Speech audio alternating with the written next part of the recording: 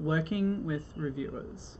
So in the board gaming industry, reviewers are an essential way in which players and potential customers of yours assess whether they would like to purchase or engage with a product.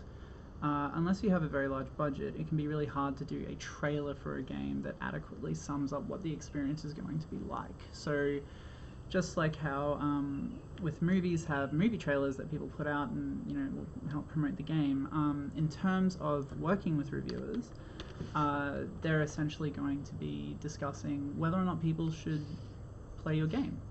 So it's important to treat them with the respect that you would show anyone, but also to try and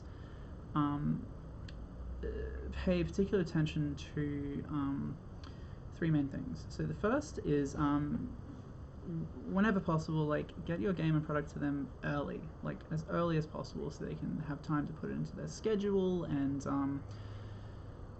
to not have to sort of stress to get it all done, to get a review done for you or a preview prior to that. Also, reviewers, it's very important that they know that you are not looking for a guaranteed A on your game. Okay, so when reaching out and contacting a reviewer and saying, "Hi, can I send you a free review copy?" and it should be free. You say, like, I would just like to hear, or for your audience to hear, your unbiased opinion on what you think about the game and who you would recommend it to. Because obviously every game is not going to be for everyone, and making science-based educational games is sort of an even more niche market, at least at the moment. And so it's important that they feel that they can express themselves honestly, and that you're not going to then get mad or demand money or a re-review, or that they take it down or something like that. Because it's entirely possible that a reviewer, your game might not be their cup of tea, and again, that's okay. That is good knowledge for you and also for their audience. And a good reviewer will often actually say, this game isn't for me, but if you are this type of player, I would recommend it to you. And that, I personally have bought games that a reviewer didn't like because they did adequately actually talk about why are there flies suddenly? Talk about what type of person they thought would enjoy the game, and that was me. So that's really good to do. And lastly, I would include little gifts and special things in there for them, because generally reviewers will be working unpaid. They're doing it as a labor of love. It's because they like their audiences, because they like games, and they're just excited to get it out into the world.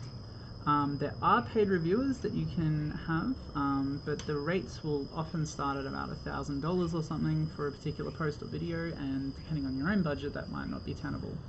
So if you're talking about sort of contacting people in the 1,000 plus Instagram follower range, that's what I would recommend. One final thing to do with reviewers is that they tend to be keen and quite good at running sort of promotions.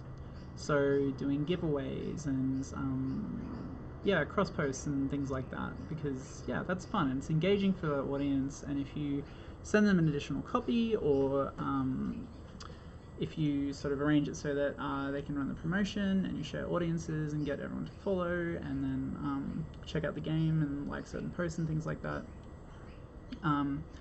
then it's a pretty easy yes, because it's a win-win situation. So just remember, reviewers are people, they have their own lives and schedules. I would also recommend, if you have multiple products, don't send all of your products at once to a new reviewer, because sometimes reviewers' circumstances change and they might not be able to complete reviews on games that you've sent, and they might not necessarily be able to inform you of that, or it'll just get buried under a pile of other games and things like that. So one thing that I have done is that I'll send a game, and then I'll wait until the review goes up, and when I see that a review has gone up, because that means that it's been tagged appropriately and stuff like that, then I will get in contact with them and say like, hi, would you like the next game? And I think that's a good way to do it. It might cost a bit more in shipping, but just from a developer kind of organizational advertising like point of view, it's more important that I know that, or that you know that you're going to have a review come out of the copy that you've sent. So good reviewers that will just do a nice quick review, get it up, you know, take the games, treat them well, you know, they balance their criticisms with positives.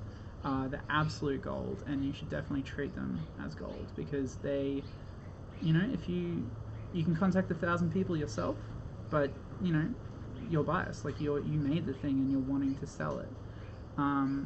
So, but reviewers, if you send your game to 1,000 reviewers, they each have 1,000 people as well, and so maybe you'll not be able to send to 1,000, but you know, even 10, that's 10 times your own reach, depending on your circumstances, that you can use. So yeah, that would be my recommendation for working with reviewers. And I also want to throw in a personal huge thank you to all the reviewers that have reviewed any Half Monster game or any game that I've made through QUT, because really it's just like, it's incredible having people just wanting to play the games and then saying like, yeah, I like them, they're good.